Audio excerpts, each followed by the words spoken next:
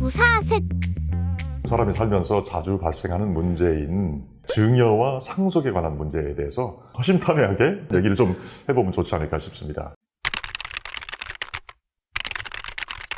그러니까 증여는 계약이잖아요. 계약이니까 주는 사람, 증여자, 받는 사람, 수증자 또는 수여자라고도 할 수 있겠죠. 그 두 사람 간의 계약으로 발생하는 법률 행위입니다. 우리나라는 성립요건주의니까 부동산이라고 하면 등기를 해야지만 효력이 비로소 발생을 하는 거거든요. 근데 반대로 상속이라는 것은 야 내가 죽을 테니까 네가 가져 그러는 거 아니잖아요. 그거는 이제 그 법률 요건 중에서 사건이라고 하는 거거든요. 당사자들의 의사표시를 요소로 하지 않고 어떤 피상속인의 사망이라는 사실이 발생함으로써 바로 상속이라는 법률 효과가 이루어진다는 의미에서 사건이고 법률 행위인 증여랑은 굉장히 다른 거죠. 증여는 증여자와 수증자의 의사표시가 합치를 해서 법률 행위로서 발생하는 계약이기 때문에 그렇게 말만 해서는 안 됩니다. 그건 하나의 약속일 뿐인 거고 증여 계약서를 써가지고 그걸 가지고 부동산의 경우는 등기까지 해야 됩니다. 물권 변동에 있어서 형식주의를 취하고 있는 우리나라의 법 체제 하에서는 등기까지 하지 않으면 증여의 효력은 발생한다고 볼 수가 없고 그냥 안 해주면 원망을 받을 뿐입니다. 조금 골치가 아팠던 사건이 하나 있는데 고향 친구가 있어요. 작년쯤에 어머니가 돌아가셨어요. 어머니가 남기신 재산이 뭐 조금 있었어요. 3남매가 있고 아버님은 또 살아 계세요. 그러면 이제 내 집안에서 상속재산 분할 협의를 해야 될 거 아닙니까? 분할 협의는 다행스럽게 분란이 없게 이루어졌어요. 그러면 그거에 대한 각종의 서류들과 인감 도장과 막 그런 것들을 저한테 보내줘야 되잖아요. 근데 서로가 연락이 잘 안 되고 각자 직장 생활이 바쁘다 막 그런 이유로 이쪽에서 보내줬다가 나 갑자기 또 인감 도장 필요하니까 다시 보내달라고 했다가 그래가지고 다 모아놓고 보니까 이미 서류들이 시효가 다 지나버린 거예요. 3개월이. 그래가지고 전부 다 제가 또 다시 떼고 그랬다라는 거 아니에요. 그럴 때는 상속을 하는 것보다도 물론 이제 고인께서 살아 계실 때 어떤 의사 능력이 분명하게 있고 그랬을 때 어떤 한 사람을 지정을 해가지고 유증을 했었더라면 또는 증여를 했었더라면 훨씬 더 좀 일이 깔끔하게 끝날 수 있었을 텐데 그런 일이 사실은 세상 살면서 비일비재하거든요. 그리고 이제 증여와 상속은 세금에 있어서 굉장히 큰 차이가 있죠. 사실상 증여와 상속 똑같아요. 아, 그래요? 증여를 먼저 하면은 증여 시점의 가액으로 세금을 산정합니다.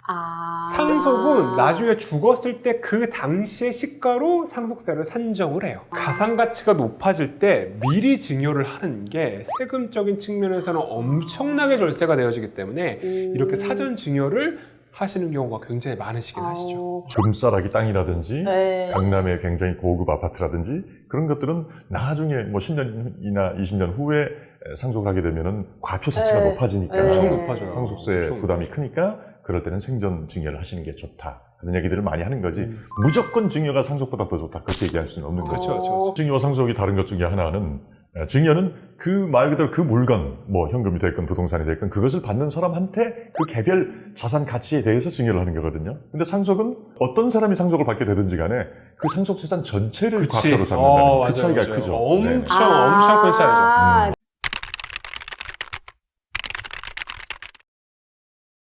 차이가 있습니다. 아까 말씀드린 어떤 개념의 차이가 여기서도 드러나는데요. 증여도 등기를 해야지 효력이 발생합니다. 상속은 사건이니까 등기를 하지 않아도 그것 자체로서 효력을 발생하기는 해요.